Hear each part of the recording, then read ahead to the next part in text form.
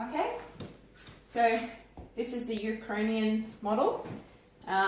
We got the 220 volt because that's what we use in Australia. It's different to the US. I had to change the plug over. They sent me a US plug because that's the closest thing that he had. That should be done by an electrician. I'll put it together. It's been in the sink, so it's warm. Most people find the discs the scary part. They're really not. There's only two kinds. There's an A and a B. You want them to alternate. The bumps have to sit differently on the spindle. That's just so that there's space between them, and that's what separates the cream out. They all line up on the spline. So fit them down.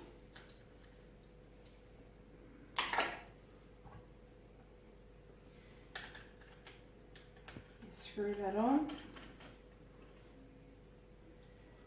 They send you a key for it. It's not unlike doing up an angle grinder. You have your little grub screw in the side there. That's your cream fatness adjuster. I've got mine screwed all the way in because nobody likes skinny cream.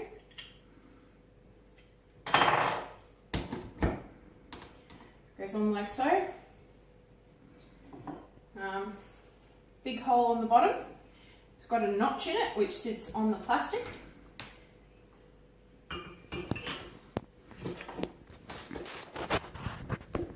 Lines up like so. Now I've got mine up on a board because it's short. And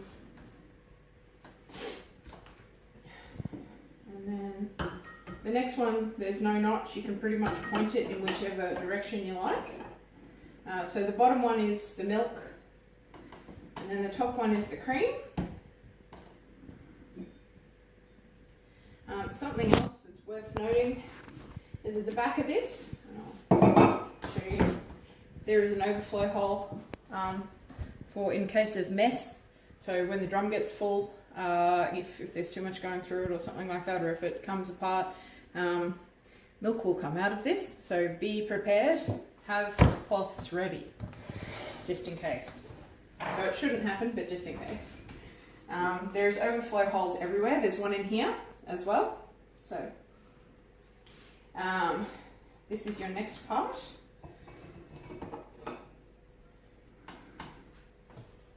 Your float biscuit made of plastic sits in there.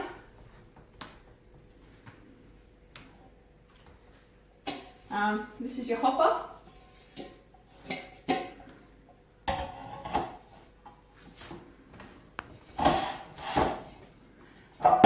Should show you. It's got a little wedge cut out of it. That's your draining hole that lets it go in there. So I put mine towards the front. It just makes it easier for me.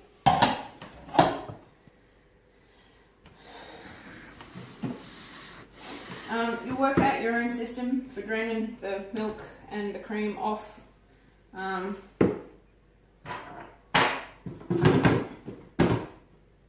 This is mine. This is your plug. So you'll have a hole that you use with the little wedge cut out of the front that sucks it down the plug hole and sends it through the process. When you have it turned, it's off. When it's open, it's open. It's pretty self-explanatory. Make sure that it is off when you put it in the hopper. Give everything sort of a yoink down and make sure it's all in there nice and tight. Make sure the power is on at the wall. And it sounds a bit like an aircraft when it starts up.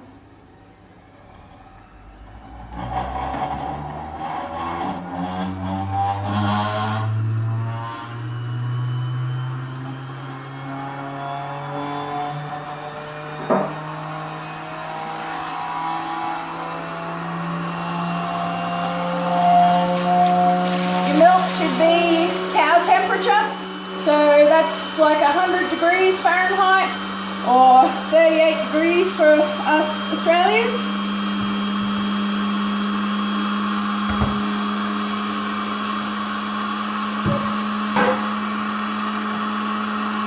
And you'll hear the difference in the machine when the milk comes down. And you'll actually, if you've got your hand on the piece, you'll feel it change too, the temperature as the milk comes through, because the milk's quite warm.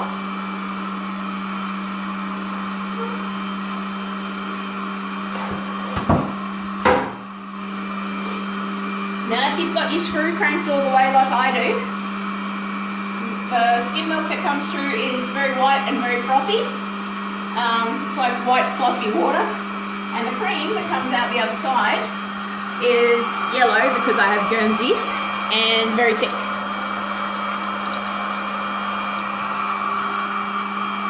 The machine itself is not actually very noisy at all.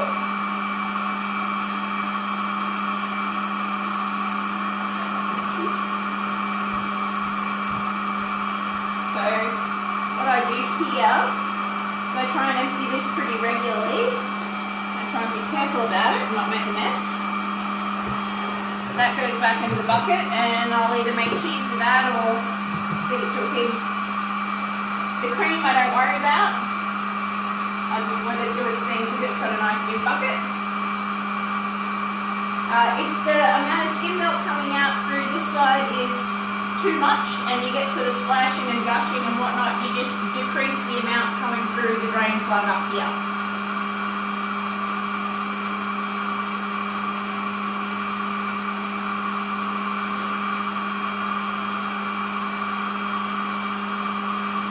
But if you have a look up through the top, it's actually progressing pretty quickly.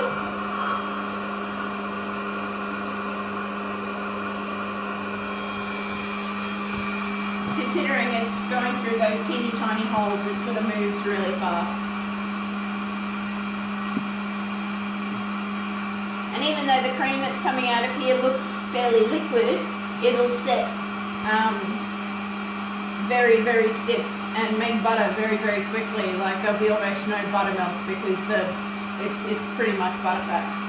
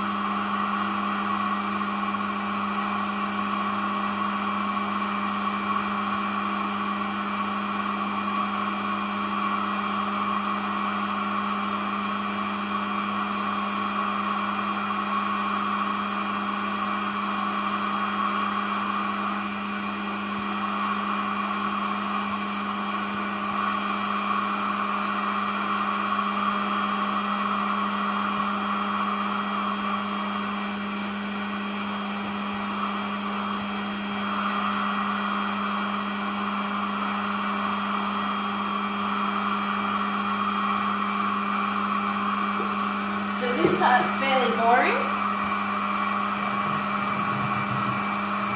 It's just a matter of keeping the containers from overflowing. Trying not to make a mess.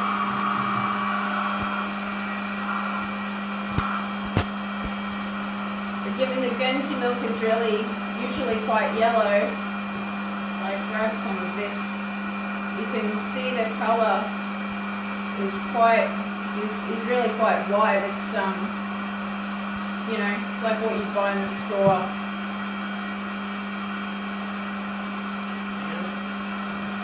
Okay. So if I bring this over here, I don't know if you can see the colour difference, but it's extremely pale.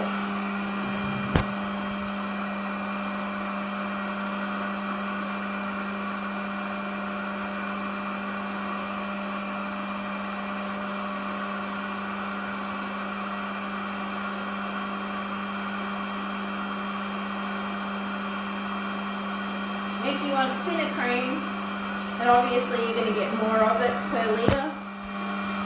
This is probably what you'd call double cream,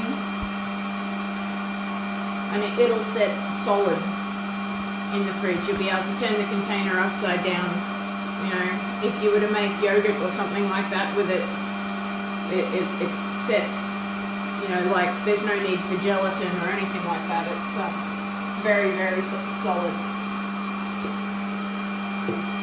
If you just want pouring cream to whip up and serve with cakes or something like that, then you undo that screw and you get a lot more of the liquid milk in with it instead.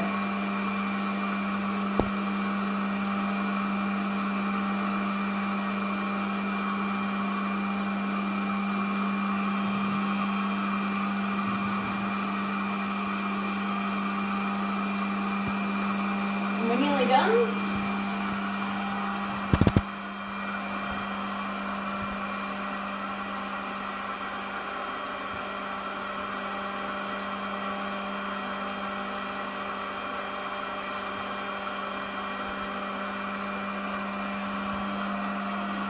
Okay, so if you have a look in there now, you can see it sucking down the plug hole, and you can hear the tone of the machine changing as it gets the last of the drizzles out of it.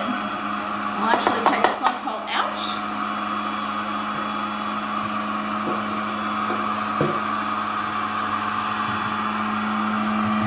And now what I'll do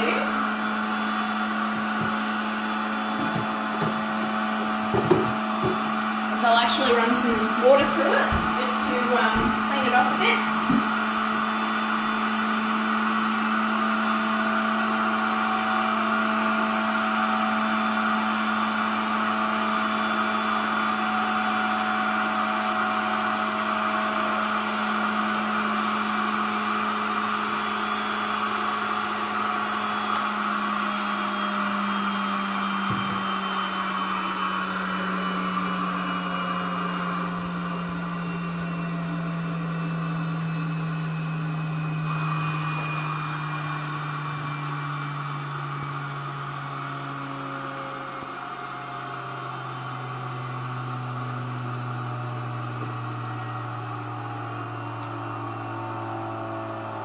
And now it's just a matter of taking it apart, which is very simple, and giving it a good clean.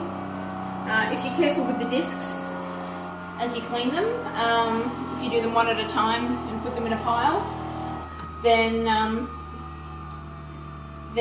you keep them in order, and it's pretty simple not to get them mixed up. That said, it's just alternating A disc, B disc. So it is important when you're taking your machine apart that you do not bend or twist or jiggle or any of that carry on when you're taking the drum off the motor shaft with the electric ones, because you can bend it or displace it, which you don't want. But other than that, they're really easy to use, and I really wish I'd gotten one sooner, and really wish I'd used it sooner, so I'd highly recommend it. That's it.